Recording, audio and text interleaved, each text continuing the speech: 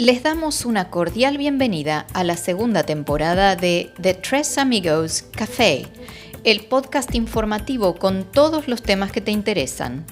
Un ciclo de debates, opinión y análisis de la mano de los licenciados Diego Ledo, especialista en procesos históricos y geopolíticos, Guillermo Durán, especialista en mercados de capitales, y Walter Sanz, especialista en historia económica y política.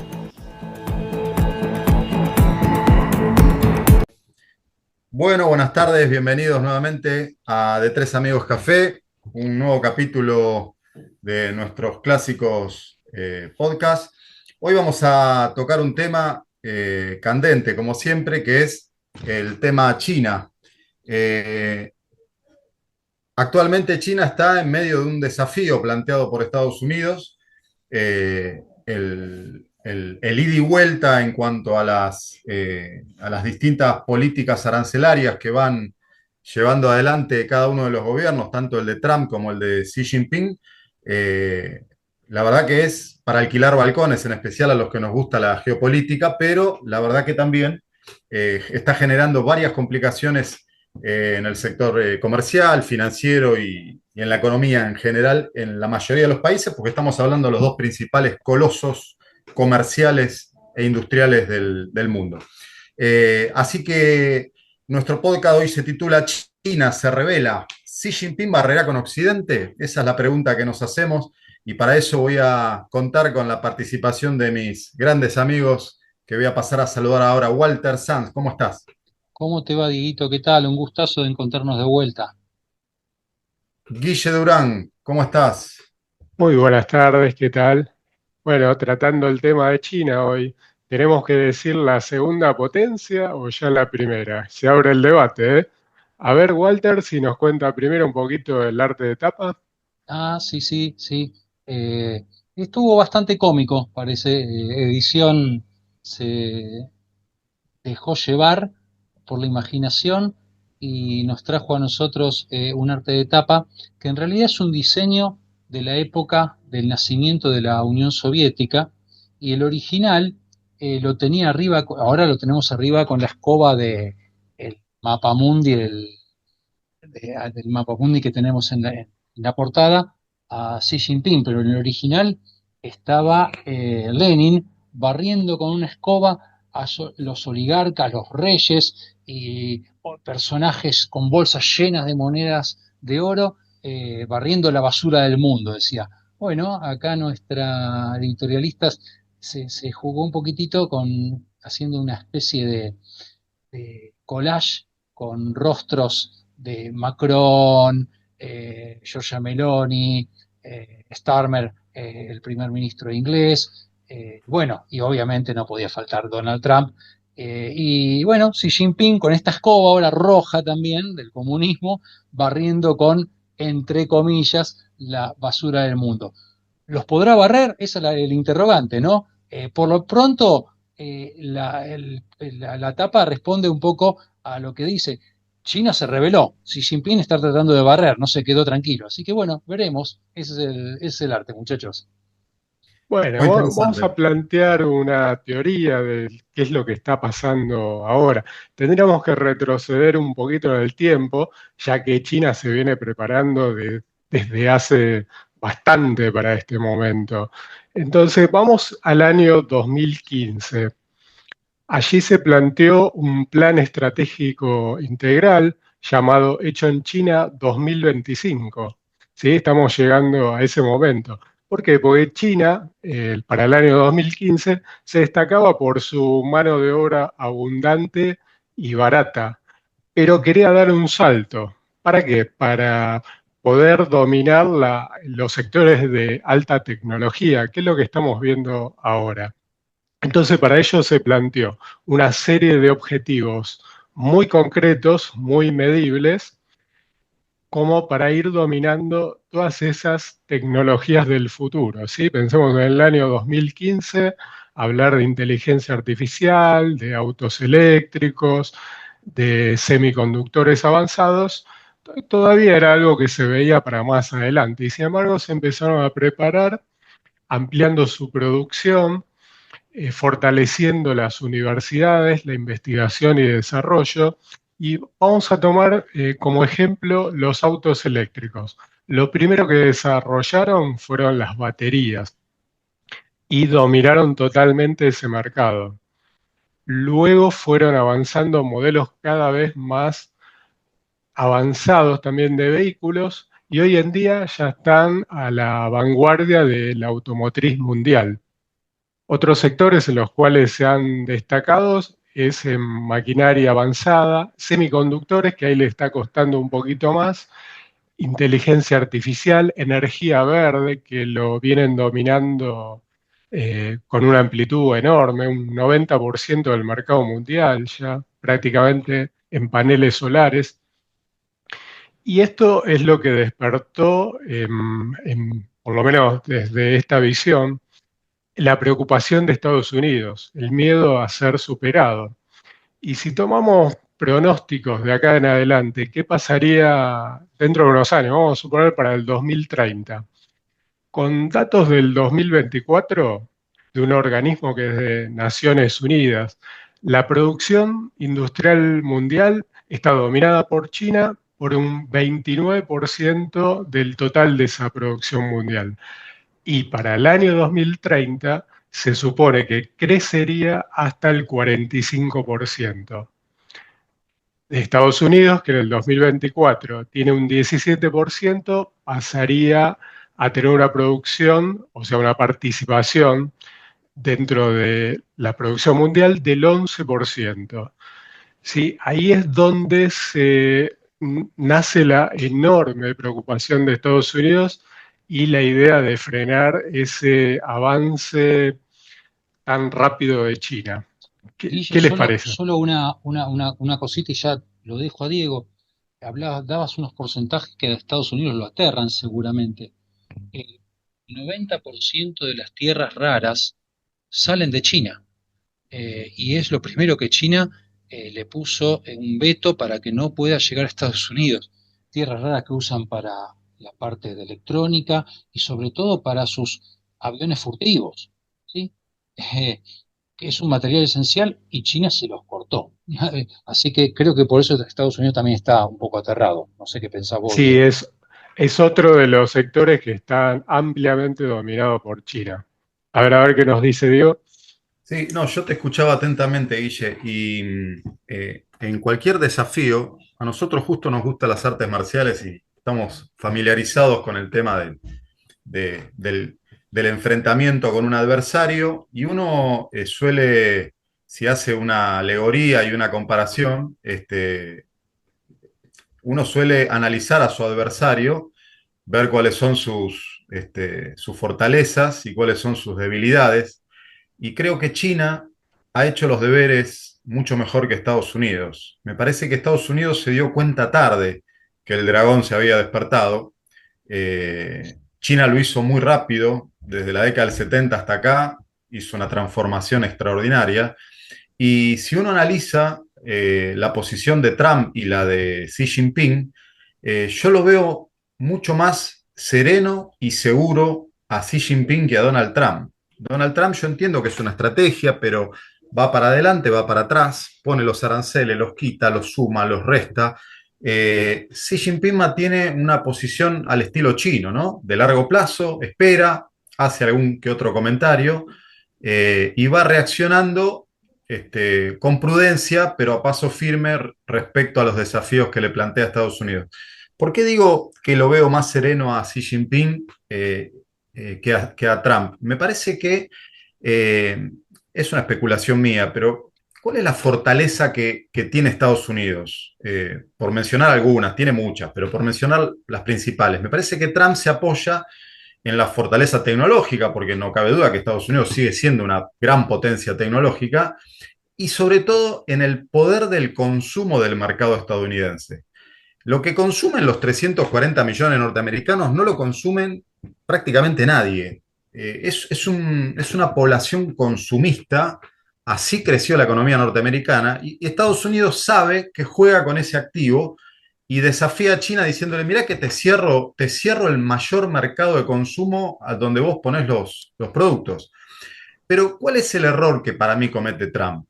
Que cuidado que China también tiene posibilidad de convertirse en un supermercado de consumo. Los chinos se han fortalecido exportando y le han dado menos relevancia al mercado interno, pero basta con que Xi Jinping aumente un poquitito los sueldos o baje un poquito las tasas de interés o haga algún tipo de política monetaria mínima para que los 1.400 millones de chinos empiecen a consumir un poco más.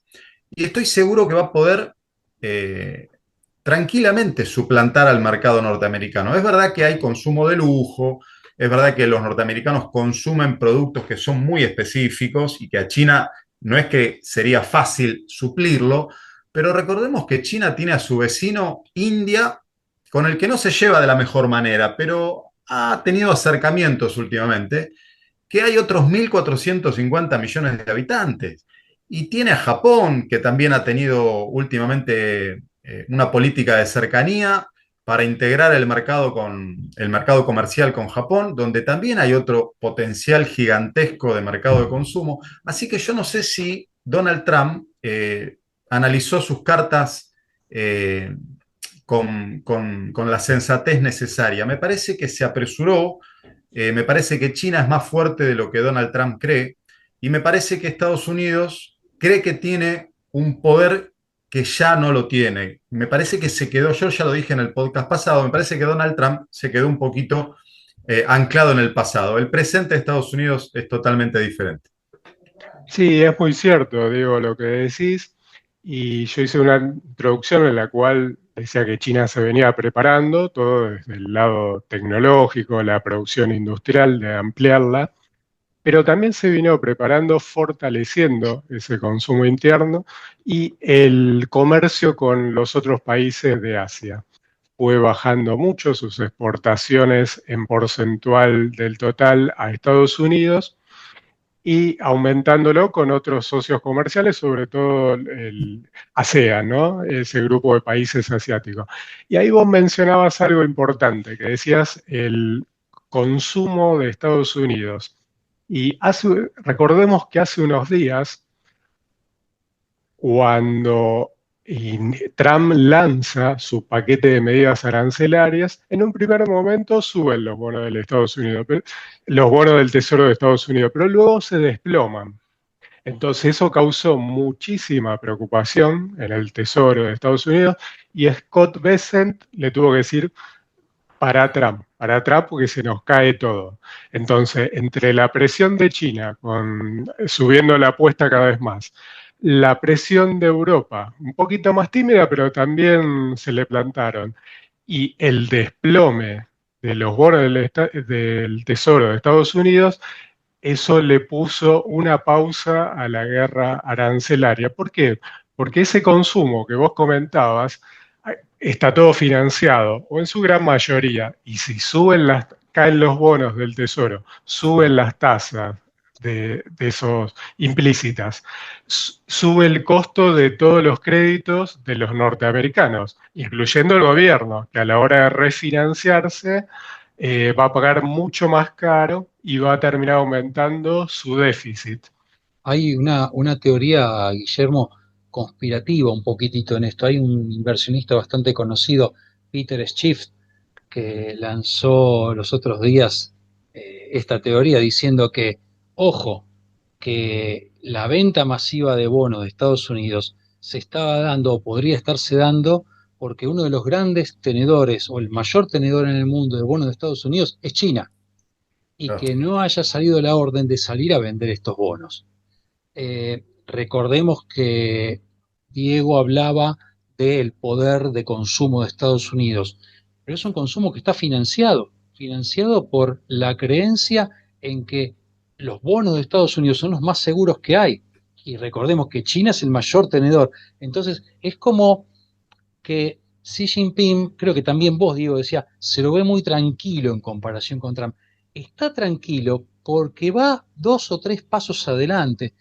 Vos, Guille, lo sabrás mejor que yo. Sun Tzu en el arte de la guerra decía, siéntate en la orilla del río y verás pasar el cadáver de tu enemigo. Los tiempos de los chinos no son los tiempos de los norteamericanos. Los tiempos de Xi Jinping no son los tiempos de Donald Trump. Donald Trump A los 2 años va a tener que revalidar sus credenciales ante el electorado.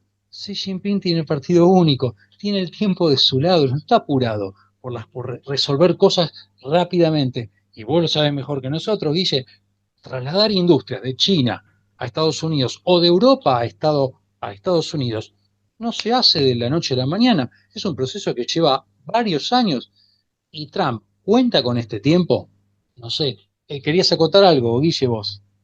Sí, sí, ahí hablabas de los tenedores, de los bonos de Estados Unidos. Vos sabés que China dejó de comprar y ya no es el primer Ah, mira, tenedor principal, ahora es Japón. Igual Japón. están ahí cabeza a cabeza. Japón lo superó. China ya tomó la estrategia de no comprar más. Lo que está comprando ahora es oro para fortalecer sus reservas, al igual que India y otros países. Y por ahora yo la escuché la teoría de que China estaba haciendo una venta masiva de bonos del Tesoro. Por ahora no fue confirmado esto.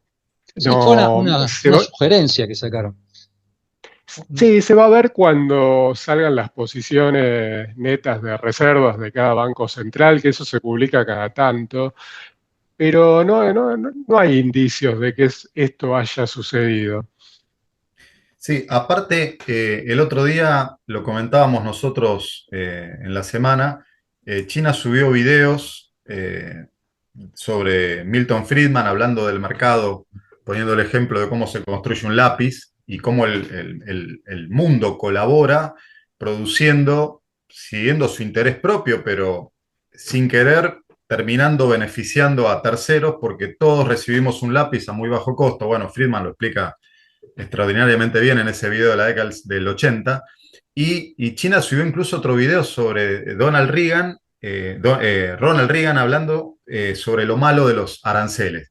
Es decir, China está siendo hoy en día la punta de lanza del liberalismo económico y de la globalización de mercado, y Estados Unidos es el que está siendo proteccionista y tratando de defenderse. Esa sola escena muestra la debilidad de uno y la fortaleza de otro. Porque solamente una macroeconomía ordenada, pujante, innovadora, se anima a plantear el libre comercio. No tiene problema en competir, no tiene problema en abrirse al mundo entero. ¿Y quiénes son los que buscan el proteccionismo? Aquellos que tienen que proteger su industria, que tienen que proteger el mercado, proteger. Ahí estás viendo claramente la debilidad norteamericana, que necesita empezar a levantar escudos para evitar que China lo devore. Así que no hace falta ni siquiera decir demasiado, solamente con ver la postura de uno y la postura del otro, queda claro quién está mejor parado en este desafío que le han planteado a China. Sí, evidentemente los tiempos de uno no son los tiempos de otro, y esto me retrotrae a lo que hablábamos la semana pasada o la otra en el podcast anterior, de que cada uno ve libre comercio o no libre comercio de acuerdo a las necesidades. Yo siempre recuerdo el tema del Reino Unido, de Inglaterra. El Made in Germany, que hoy es una marca, digamos, marca propia de los alemanes, lo inventaron los ingleses. Cuando los alemanes comenzaron la revolución industrial, los ingleses hicieron el Made in Germany para que no pudieran competir y que el consumidor inglés viera que no era un producto hecho en su isla. Así que bueno, eso para mí siempre es un poco relativo, pero ojo, China no está exenta de problemas. Si bien tiene la delantera, como hablabas vos, Guille, en cuanto al tema de cómo se desarrolló en los últimos años y dejó con la boca abierta a todos, desarrolló muy bien también el tema de los puertos. Uno de los ejemplos es el recién estrenado en Perú, el puerto de Shanghái. Tiene el puerto en Camerún de Kibri, tiene el puerto de Djibouti, es decir, lugares estratégicos de control marítimo. De hecho, no lo sabía, pero el otro día en un informe me enteré que tienen la flota de guerra más grande del mundo, ha superado incluso la de Estados Unidos. Y estos puertos en cualquier momento se transforman en instalaciones militares. No hay que hacer muchos cambios. Y eso es lo que desconcierta a Estados Unidos. Y voy a esto. Eh, Creo que vos, Diguito, hablabas antes del tema de la relación que tenía con la India. Eh, el tema de la relación con la India es una cuestión no solo fronteriza que tiene, ¿sí? Tiene problemas en la zona del Tíbet, en la zona de Cachemira, en la zona del Himalaya, en el río Wawan. Bueno, en el 2020 creo que fue, hubo 4 muertos. Se enfrentaron a palazos porque es una zona que la tienen como amortiguación y no puede haber armas ahí dentro. Y hubo 4 muertos entre el enfrentamiento de las tropas de, de la India con China. Pero acá la cuestión pasa por quién controla el Índico. ¿Sí? El tráfico de mercancías por el Índico es fabuloso y China está encorsetando, ¿sí?, a la India con el famoso collar de perlas, desde el Cuerno de África con el puerto de Djibouti, Pakistán, Sri Lanka, va cerrándole y la India siente eso y la India está entre mantener sus lazos comerciales muy importantes con China y un ojo con Estados Unidos. Así que no está todo resuelto tan favorablemente para China, pero tiene varios pasos adelante con respecto a Estados Unidos, ¿no? Sí, yo pensaba en Taiwán. Creo Taiwán. que es la última carta fuerte que le toca jugar a China geopolíticamente, y ahí van a medir sus fortalezas militares, porque hay que ver si Estados Unidos se anima a usar Taiwán como la excusa para realizar un enfrentamiento ya directo con China. Como en lo económico no la puede vencer, la última carta que le queda a Estados Unidos es un enfrentamiento militar que para mí sería una acción temeraria y sería prácticamente un desastre a nivel global. No estaría loco, Diego, porque todavía tiene la ventaja militar. No sé Sí, cuánto le va a sí, durar. por eso es la última carta, claro, por eso, y China está cada vez más osada con respecto a Taiwán. Poco a poco va avanzando al estilo chino, casi imperceptiblemente, pero fíjate que ya vos mencionabas lo de la flota más grande. Eh, bueno, veremos qué pasa desde el punto de vista militar con eso. Eh, Me gustaría ir cerrando con esto antes de darle la palabra a ustedes dos. Eh, el otro día escuchaba hablar de la globalización ahí a un vocero chino en una conferencia, y yo coincido con la postura de China. China está confiada en que la globalización ya es imparable. Es muy difícil pretender lo que pretende Trump de hacer una marcha atrás con respecto a la globalización de los mercados y al comercio mundial. Hoy la tecnología casi que hace que yo pueda comerciar directamente con un chino importándole un producto. Falta que aprenda a hablar o inglés o mandarín y casi que me comunico. Se han acercado las distancias de una manera extraordinaria. Por lo tanto, creo que la globalización es todavía más potente que antes. Pienso en algo que dijiste, Walter, con respecto a los tiempos de Trump y a los tiempos políticos de Estados Unidos y los tiempos políticos de China. A Trump le está costando políticamente. Ya tuvo una manifestación la semana pasada acusándolo de que está llevando adelante una política insensata en materia de comercio. No va a poder sostener esto indefinidamente porque el costo político también lo está pagando. Y yo me pongo a pensar, ¿es tan fácil transportar como Trump pretende fábricas de maquinaria pesada, de autos, de China a Estados Unidos? Yo no creo que sea tan fácil. ¿Y está garantizado que Trump va a volver a ganar o que va a continuar? Ponerle que no se presente. ¿Está garantizado que estas políticas proteccionistas van a continuar después del mandato de Trump? Yo no creo que ninguna multinacional mude de un día para el otro toda su fábrica de China o de Vietnam a Estados Unidos para tener que producir un producto que le va a salir el doble de caro. Solo se lo va a poder vender al mercado cerrado, supuestamente cerrado, protegido del estadounidense, que la va a pagar el doble. Me hace acordar un poco a Argentina. Pero una fábrica en Estados Unidos no va a exportar nada, porque al La, valor que va a exportar no va a poder. Así la que seguramente única, van a poner una fabriquita chiquita para abastecer el mercado norteamericano, pero la fábrica de Vietnam y de China va a seguir siendo la que exporte al mundo entero a un precio mucho más bajo. Por lo la, tanto, no tiene gollete lo que está planteando el gobierno norteamericano. Es insostenible. la que escuché, creo que fue en el día de ayer, Novartis, la de fármacos, la farmacéutica, dice que la única que escuché, por eso me sumo a lo que decís vos, Dieguito, ¿cuántas empresas van a hacer eso? Dijo que va a trasladar la producción de los medicamentos más importantes y más utilizados por los norteamericanos a suelo Ah, norteamericano, porque, porque los norteamericanos se quejaban, no hacemos ni los antibióticos. El otro día claro. escuchaba, sacando el tema de medicamentos, a un confeccionista de camisas. Decía, podemos tener el textil, pero no tenemos ni los botones, decía. Todos los botones de Estados Unidos vienen de China, no tenemos para poner botones, se quejaban, ¿no?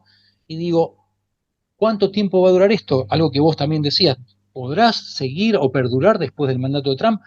Hay que ver si perdura incluso en el mandato de Trump, Dieguito, porque si la inflación empieza a subir y el costo de un iPhone o lo que sea se dispara por las nubes y el norteamericano no puede comprarlo, no puede acceder a eso, se le va a poner difícil, se le va a poner difícil en su propio mandato, me parece a mí. No sé qué opinan ustedes, pero...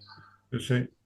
Sí, y Guille, peor aún, porque si sube la inflación en Estados Unidos por culpa de los aranceles, entonces, ¿qué va a pasar después? Que van a bajar los bonos y la refinanciación que tiene que hacer Estados Unidos de su enorme deuda cada vez va a ser más costosa, con lo cual ahí otra vez aparecería esa restricción.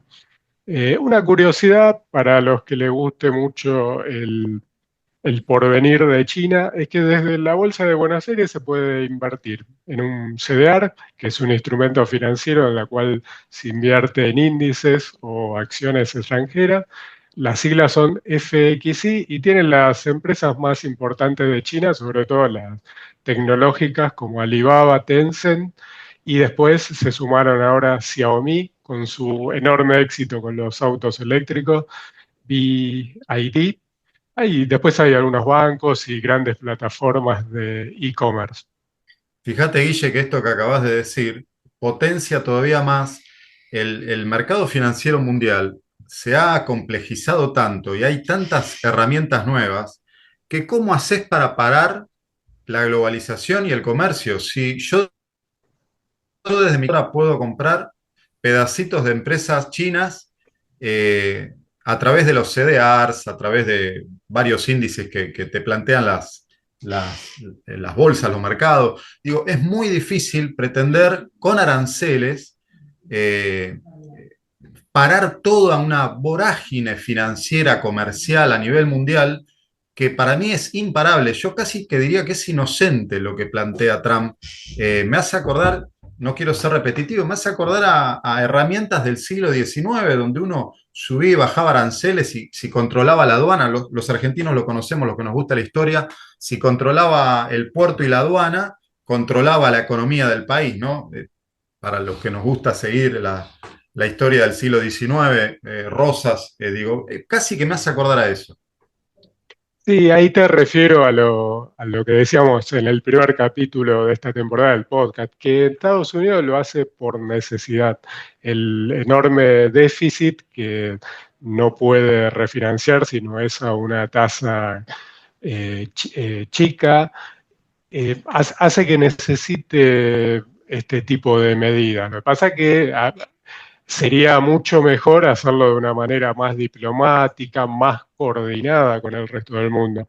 Ustedes recordarán en 1980 el acuerdo del Hotel Plaza, la cual juntaron a Alemania, Japón y otros países para acordar una devaluación del dólar. Eso posibilitó a Estados Unidos reequilibrar sus cuentas nacionales.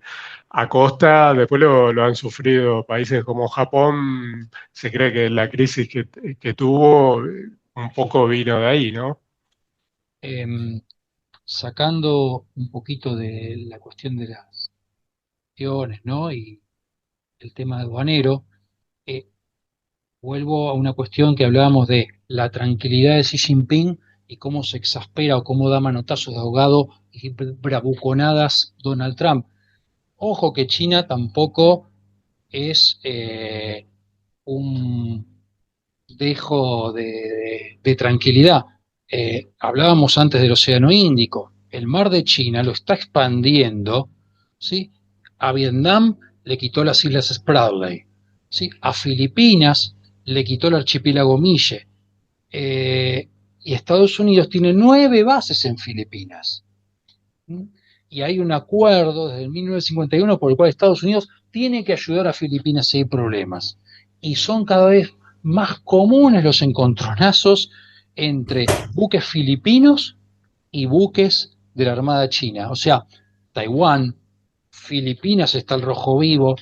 Así que en ciertas ocasiones China sabe cómo tranquilizar y apaciguar aguas y por momentos sabe dónde apretar un torniquete e ir más a fondo y presionar a ver hasta dónde llega Estados Unidos con sus compromisos defensivos.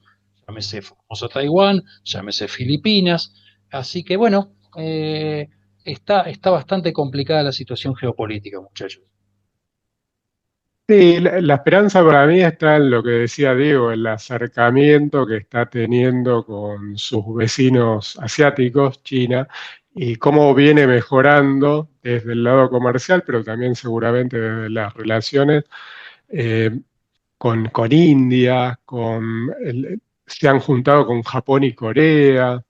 De a poquito va seduciendo a sus Llamó, vecinos. llamó a Europa para hacer una reunión y ser buenos amigos, porque se presta para Tal ayudar a cual. Europa. Es como el nuevo amigo ante la desaparición de Estados Unidos como un amigo confiable. China está ocupando ese lugar. Le No, moja la Diego, oreja a no Trump y sé, nos ayuda a nosotros, nos renueva el swap. Sabe que Trump no tal quiere. cual.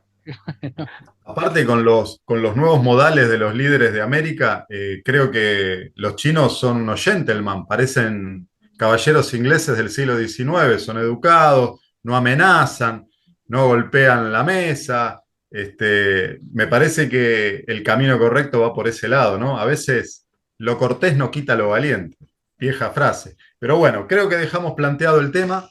Está en pleno desarrollo, así que esto no es concluyente, vamos a seguir viendo cómo se desarrollan y tal vez haremos otro podcast más adelante intentando entender y ver cómo termina este desafío entre Estados Unidos y China por el comercio mundial. Nos despedimos, los saludo, Walter, muchísimas Un gracias. abrazo, muchachos, un abrazo. Nos vemos en el próximo. Guille, querido, que andes bien, te saludo. Abrazo grande, ¿eh? Nos vemos en la próxima entrega del podcast.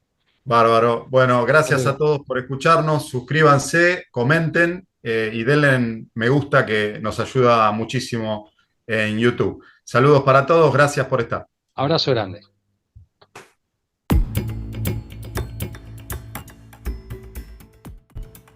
Edición y producción artística MSRS Uncanny. En YouTube, @Uncanny333. Gracias por vernos.